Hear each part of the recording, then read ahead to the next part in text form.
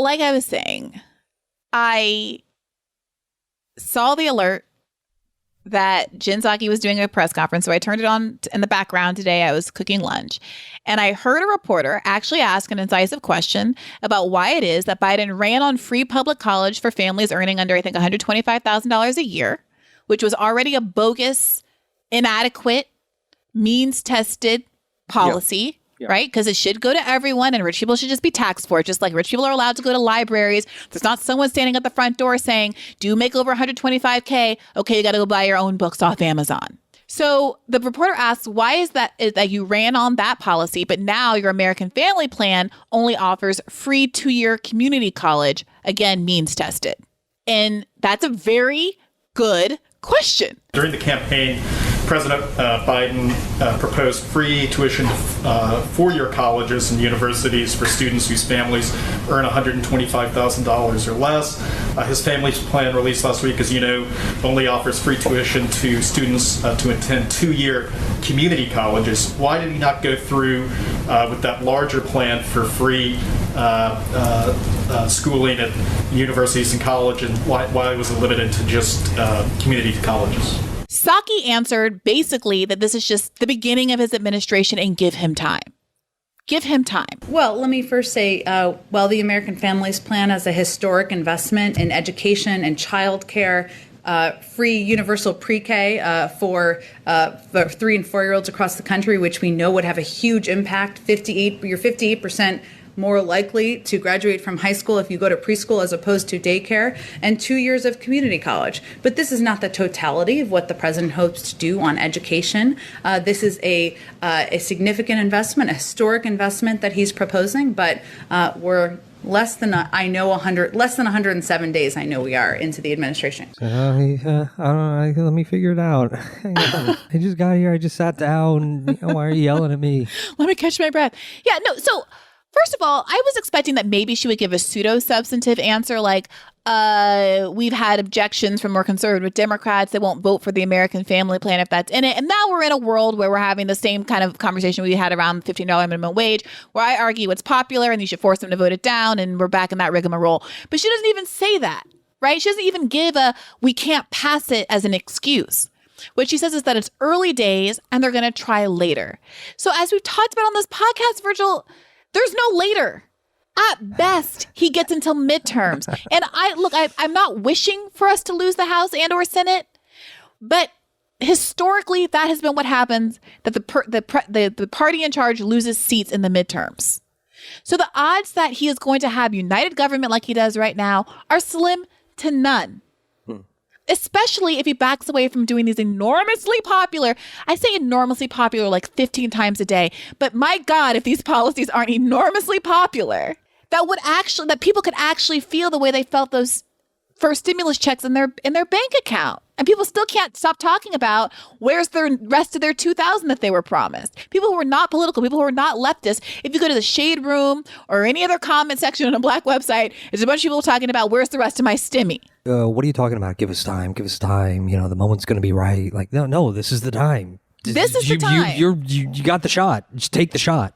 This is the time. Moreover, it is so unethical to be talking about policies that are so viscerally needed, and to say that for political reasons, we're going to postpone fighting for them. If someone comes up to you and they're on the verge of dying of thirst or hunger or have a gun pointed to your head, and you have the ability to quench their thirst and feed them and disarm their attacker, and you say, let's do it next Wednesday, let's do it 4 months from now, not even knowing what your ability to do so at the later date is going to be, that is grossly unethical. So the Biden plan is community college. Community college. And Virgil, not state school? No. Okay. Does it cover books, rent, things like that? No, and that's an excellent point, because so many people who are in quote unquote student debt, and this is what was so special about Bernie's plan as well, are in debt from housing and other ancillary costs, not just tuition costs. So it just maintains the idea of education as a commodity. Yes, but not just as a A tiered commodity. Yes. Exactly. Where some people have access to the, top tier goods, and other people, they get whatever. Yes. If you're rich, your kid gets to go to the fancy school that's going to set them up for opportunities for the rest of their life. If you're poor, if you cannot afford that, the government solution is to send you to an already stigmatized tier of university, frankly, that's seen as like a launch pad to getting into a into a 4-year school, right? Like I didn't create the tiered system, and I've said this to you before, Virgil.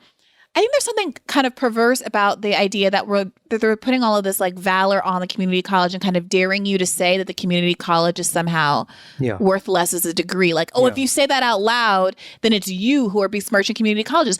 No, you're not going to trick me into pretending like what you're doing isn't concretizing a tiered system that is going to keep the economic caste system in our country that is also racialized in place.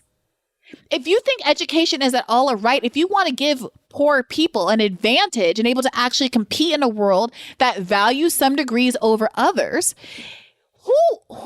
what do you think that you're doing by saying that poor kids only get to go to the tier of education that's already least valued?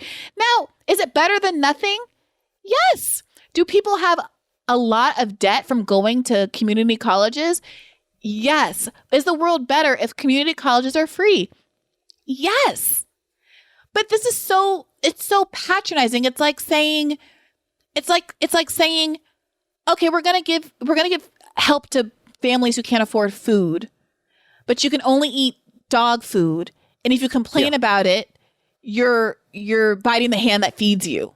And we kind of do this in some ways, right? Because there are all these kinds of foods that don't qualify for, SNAP and stuff. You can't get hot food. And there's all of this kind of like health shaming stuff that goes around it. Like that's a whole other conversation. But, government cheat, there are all these kind of like tropes around that. But it's still, you can go in the grocery store and, buy an apple and a can of beans and like food is food on some basic level. And I'm not trying to say that community college is dog food. I already can hear the Twitter clickety clackities coming at me after that. How dare you? But I say this as someone who is extremely aware of the doors that have opened for her only because of the school that I went to. I'm not going to sit here and BS you and say, oh, you got to go to community college. Now we're even Stevens. No, it's not. And it should be even Stevens. And I understand the relative privilege that it takes to even get into a school like Harvard. That is why I'm mad. I think that Harvard shouldn't exist. We shouldn't have a world where the value of getting into an Ivy League school or a top tier school is such that even affluent people like old girl from Full House and all, Becky from Full House and all the other celebrities that got caught up in that ring where they were paying to get their kids into good schools feel like it's worth breaking the law, because even though they're rich and their kids are going to be rich, they still think it's important to break federal law so their kid can get into GW. Because those Full House residuals, it's not a lot of money. They're not playing that. They're not playing that show on that many streaming platforms. Also, they have Fuller House now. they signed those contracts before streaming services came about. That's a big thing. That's probably true.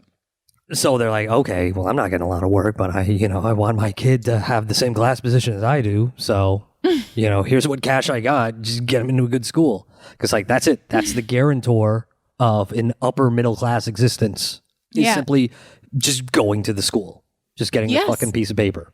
Getting the piece of paper. And there's all of this weird social value attached to it. And our understanding of class is related to your ability to go to these schools, regardless of if you're an adjunct professor making $35,000 a year, You know what a good comp to this is? The right-wing freak out over the child care benefit that Biden proposed.